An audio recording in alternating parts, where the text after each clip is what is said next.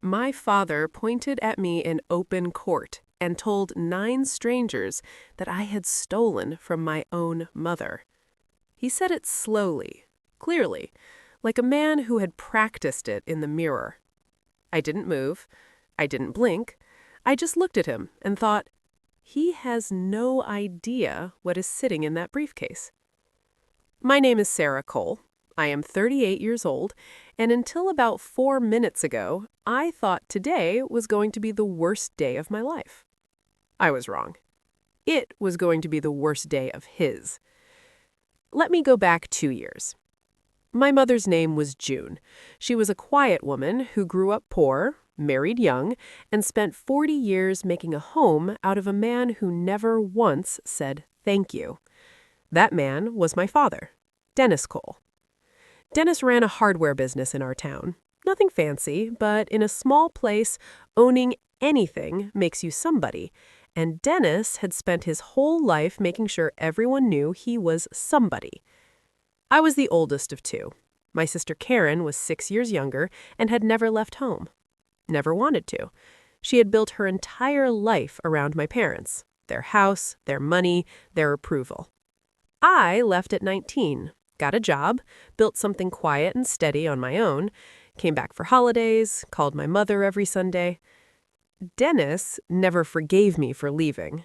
In his mind, a daughter who left was a daughter who rejected him. And Dennis Cole did not handle rejection. When my mother got sick, really sick, the kind of sick that doesn't get better, I came back. I took 3 months off work. I sat with her. I handled the doctors, the paperwork, the phone calls to insurance companies that put you on hold for 40 minutes and then disconnect you. Karen was there too, but Karen was busy managing Dennis, making sure he was comfortable, making sure his meals were on time, making sure nobody upset him while his wife was dying in the next room. My mother passed on a Thursday morning in March. Quiet. No drama, just gone. 2 weeks later, Dennis called me into the living room and told me that my mother had changed her will 6 months before she died. He slid a piece of paper across the coffee table. I looked at it. The house, the savings, the small piece of land behind the property, all of it was going to Karen. My share was 0. I asked Dennis if he knew about the change. He smiled. Just slightly, just enough. That's when I understood.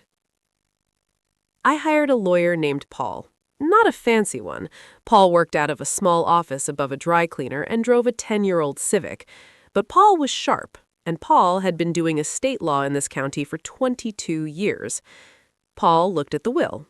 He looked at the dates. He looked at the signature. Then he looked at me and said, "Sarah, your mother had moderate to severe dementia when she signed this." I already knew. I had been there. I had watched her forget my name twice in the same afternoon. I had watched her sign birthday cards for people who had been dead for years. Paul said we had a case. Dennis did not take that well. He hired Gerald Marsh, the most aggressive attorney in the county, and Gerald Marsh came out swinging. They accused me of financial abuse. They said I had been taking money from my mother's personal account during the last year of her life.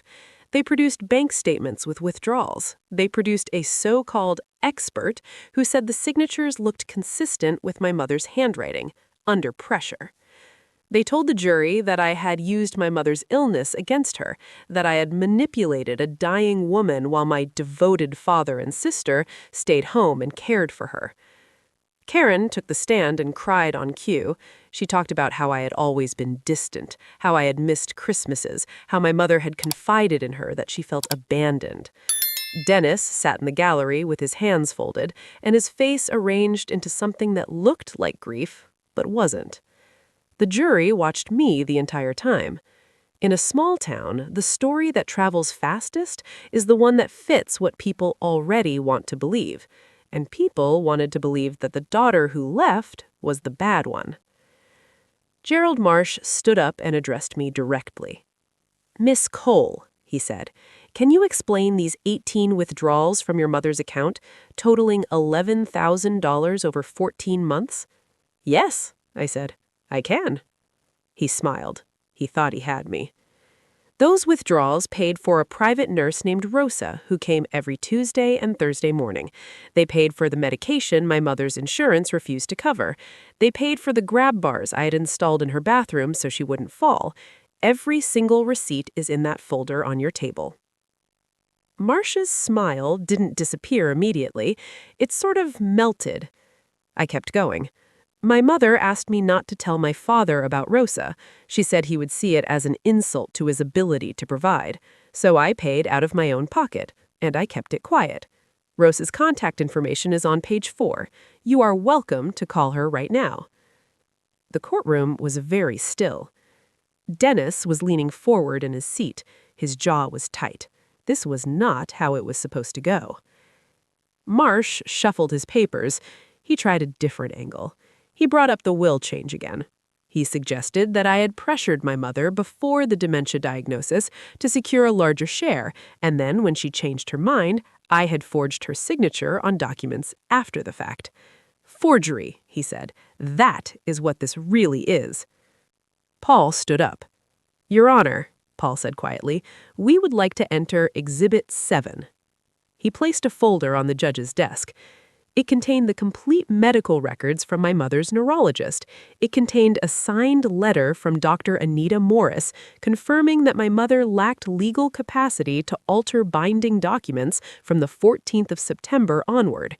The will Dennis was claiming is valid was signed on the 22nd of October.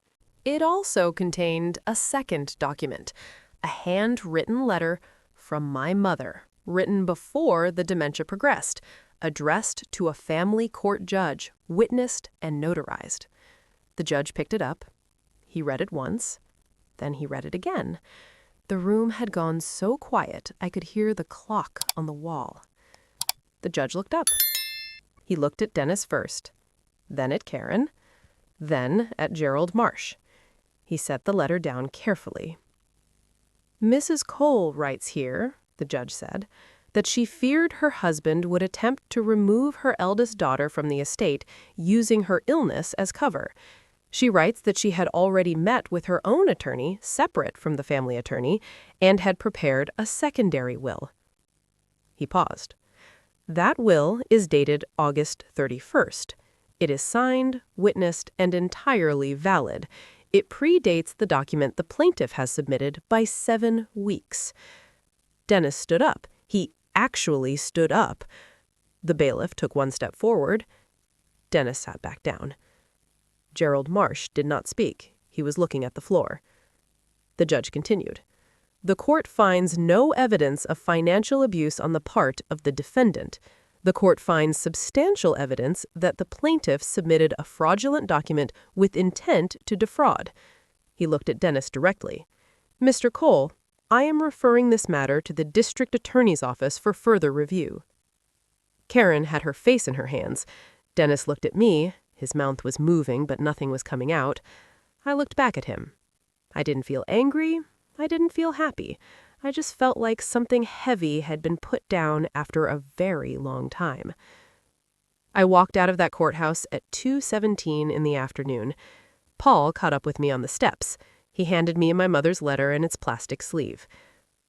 I stood there and read it one more time. She had known. She had seen it coming, and quietly, without telling anyone, she had done what she could to protect me. That was my mother. No noise, just love, arranged carefully in advance, waiting for the right moment to speak. I folded the sleeve and put it in my bag. I didn't go back to the house. I didn't call Karen. I had nothing left to say to Dennis. I drove to the cemetery instead. I sat next to my mother's grave for a while. The grass was still new. The stone still looked too clean. I told her it was done. I told her it had worked. I told her I was okay. Then I got in my car and drove home. Some people spend their whole lives waiting for the people who hurt them to apologize. I stopped waiting a long time ago. My mother taught me that the best answer to someone who tried to erase you is to simply keep existing, clearly, loudly, on your own terms. That is what I intend to do. If this story stayed with you, You probably know what it feels like to be the one who left, or the one who was forgotten, or the one they tried to write out. Leave a comment. Tell me your story. I read every single one. And if you want more, subscribe. A new story goes up every week.